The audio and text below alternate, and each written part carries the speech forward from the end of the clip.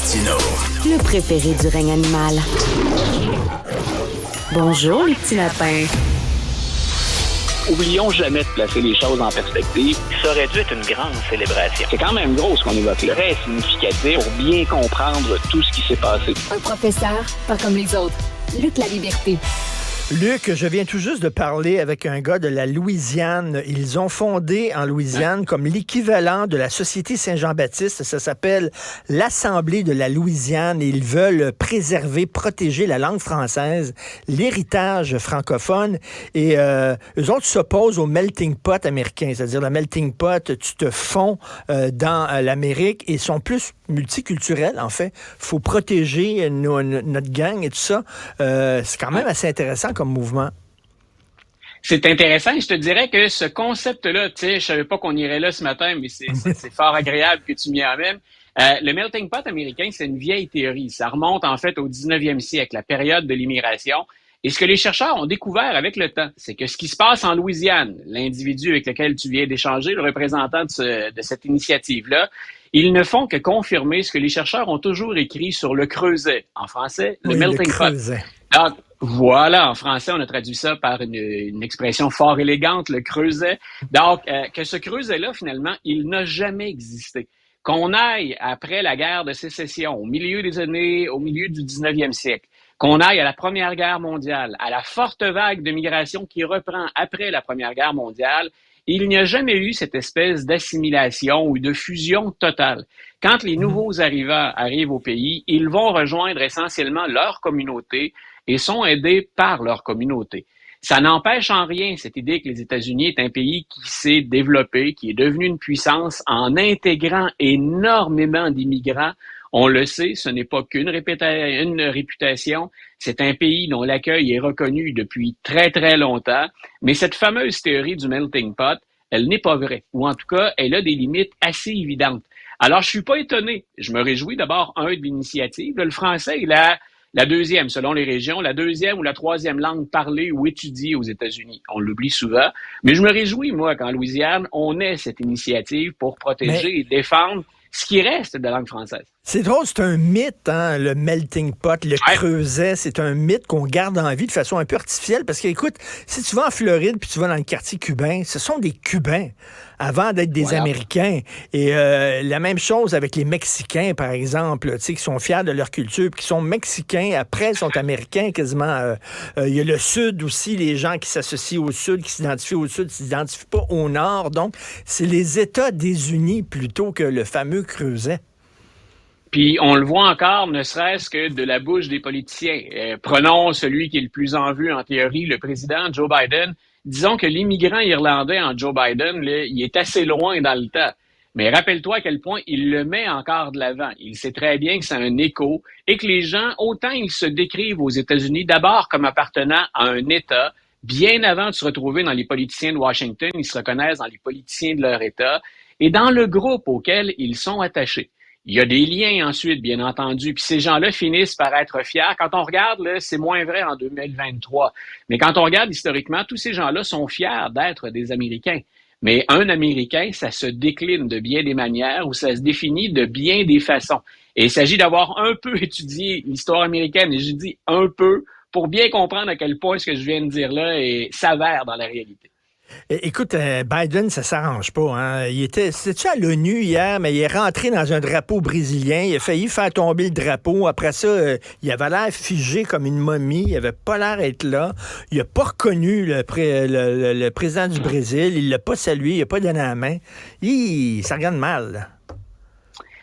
Écoute, moi, depuis qu'il est en poste. D'abord, je reconnais à Joe Biden une grande expérience, une connaissance profonde des mécanismes et de la façon de faire de la politique. Ça peut jouer en sa faveur. Mais je pense que c'est très difficile de nier, reste à savoir est-il en mesure d'effectuer son travail ou pas, mais qu'il a ralenti et vraiment beaucoup. Est-ce que c'est plus rapidement que le déclin de la majorité des gens quand on est un septuagénaire sur la fin ou un octogénaire comme M. Biden? Peu importe hier dans quel état il était, son équipe doit être la plupart du temps prise de panique. On ne sait plus comment faire pour changer, alléger son horaire ou lui donner des accommodements.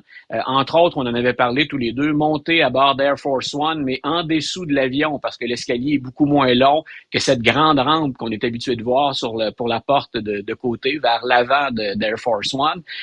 On ne sait plus comment agir pour éviter qu'on récupère ça et que ça vienne donner du gaz, comme on dit parfois, ou que ça vienne donner plus de poids aux perceptions qu'on a. Les Américains, c'est très clair, et l'incident d'hier ne fait que les confirmer dans leur perception. Les Américains considèrent qu'il a fait son temps. On peut parler d'âgisme, on peut être d'accord ou pas. S'ils sont 70% des démocrates à souhaiter quelqu'un d'autre, si on n'a pas compris qu'il y avait un profond malaise, écoute, si c'était une personne âgée en santé, il n'y aurait pas de problème. C'est qu'on voit que le gars n'a pas l'air en santé, là. Et écoute, les sondages qui ont été publiés ce matin, je n'ai pas eu le temps de les éplucher, de les regarder en détail, mais c'est encore pire que les précédents. Et l'échéance électorale, elle s'éloigne pas, là, elle s'approche. Si je suis un démocrate, je ne peux pas, ça fait longtemps que je dis ça, je ne peux pas que miser sur la bisbille qu'il y a chez les républicains ou sur les écarts de conduite de certains des républicains, appelons-les les plus crinqués. Je peux pas faire une campagne juste là-dessus. Il va falloir que j'offre autre chose. Ou encore que je suscite un enthousiasme pour être sûr que le taux de participation de mes électeurs va être fort. Et c'est ça actuellement qui est en jeu chez les démocrates. C'est ça qu'on met en péril.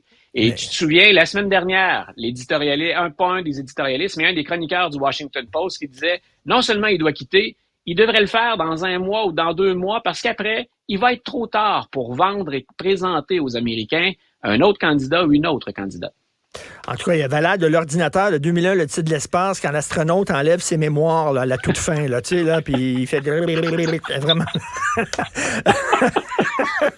Luc, quelle image percutante! tu m'as envoyé un sujet, je trouve passionnant. La bibliothèque Ronald Reagan, on sait que c'est la tradition. Les présidents, lorsqu'ils arrêtent d'être présidents, ils ont leur bibliothèque. Moi, je suis allé visiter la bibliothèque de John F. Kennedy. C'est extraordinaire, dans le coin de Nice. Absolument magnifique. Il y a la bibliothèque de Donald Trump, qui est un garde-robe avec tous ses Playboys et ses anciens journaux de Mickey. C'est grand de même, la bibliothèque de Donald Trump. Bref, alors, il y a la bibliothèque Ronald Reagan qui prend leur distance avec Donald Trump. Ça, c'est intéressant. Surtout les bailleurs de fonds, parce qu'une bibliothèque présidentielle, ça vient avec des bailleurs de fonds. Obama, d'ailleurs, avait suscité un peu de controverse. Qui paie parce qu'on est en train de la construire, qui paie pour la bibliothèque? Barack Obama. Donc, on est en train de la terminer, là, de peaufiner le travail. C'est intéressant ce qu'on vient d'apprendre. Au-delà du fait qu'on parle encore une fois des républicains, c'est que j'écrivais cette semaine un peu plus tôt que le Parti républicain, depuis Ronald Reagan, a bien changé. Et je me prononçais en disant, il n'a pas changé pour le mieux. Donc, on a encore cette référence de Ronald Reagan qu'on présente presque comme un saint, ce qui est un peu exagéré. Mais depuis Ronald Reagan, on dit le parti a été emporté grosso modo par le vide. On ne présente qu'à très court terme des idées qui nous permettent de l'emporter, mais on n'a plus de programme, on n'a plus d'assises, on n'a plus de solutions pour le 21e siècle. Et c'est grosso modo ce qu'on vient de dire chez les bailleurs de fonds de la bibliothèque Ronald Reagan. On dit, écoute, les étiquettes sont assez fortes de ce qu'on lui accole. On l'a traité littéralement de spoiled brat. C'est même trop poli en français, d'enfant gâté. On pourrait dire de petit chien gâté, c'est un peu ce que ça veut dire. Et de l'autre côté, on utilise une étiquette que les amateurs ou les lecteurs d'Harry Potter et de J.K. Rowling vont reconnaître. On le traite de Voldemort. Donc, c'est celui qui... On est rendu loin dans les étiquettes. Le prince des ténèbres. Le prince des ténèbres. Donc, qu'on finit par vaincre en passant. Donc, si on en est là, c'est que chez les républicains, il y a encore une contestation évidente.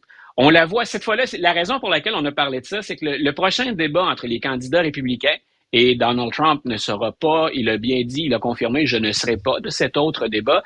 Il se déroule à la bibliothèque Ronald Reagan. C'est là où les langues se sont déliées, où on s'est mis à en parler. On a un ancien président qui boude une bibliothèque présidentielle en boudant le débat.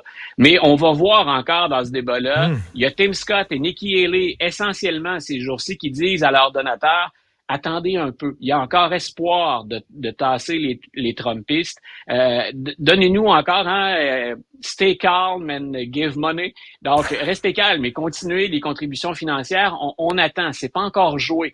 Mais il y en a d'autres là-dedans qui, on le sent bien, prennent le parti de Donald Trump, dont Vivek Ramaswamy, qu'on surnomme maintenant Mini-Trump.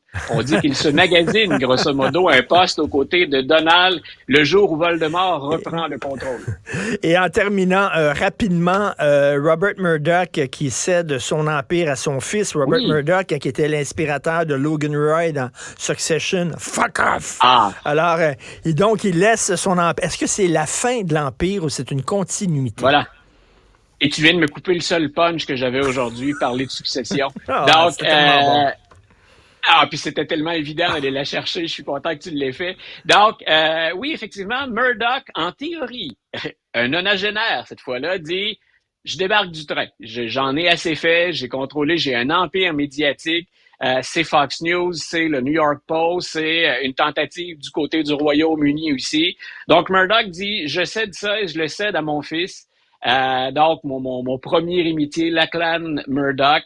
Ce que plein de gens se disent, c'est, connaissant M. Murdoch et l'historique de ses transactions ou de ses coups de gueule ou de ses décisions souvent intempestives, c'est est-ce qu'il fait ça pour mieux revenir? Vous allez dire, il a 92 ans, comme M. Murdoch, là, mais on pense que, un peu comme dans Succession, ce qu'il fait, c'est préparer le terrain pour rendre son fils, son aîné, plus acceptable. Parce qu'on dit que le jour où il passe l'arme à gauche, le jour où il entreprend le grand voyage, M. Murdoch sait déjà qu'entre ses héritiers, il y aurait une bataille rangée pour démanteler l'empire qu'on vendrait pièce par pièce.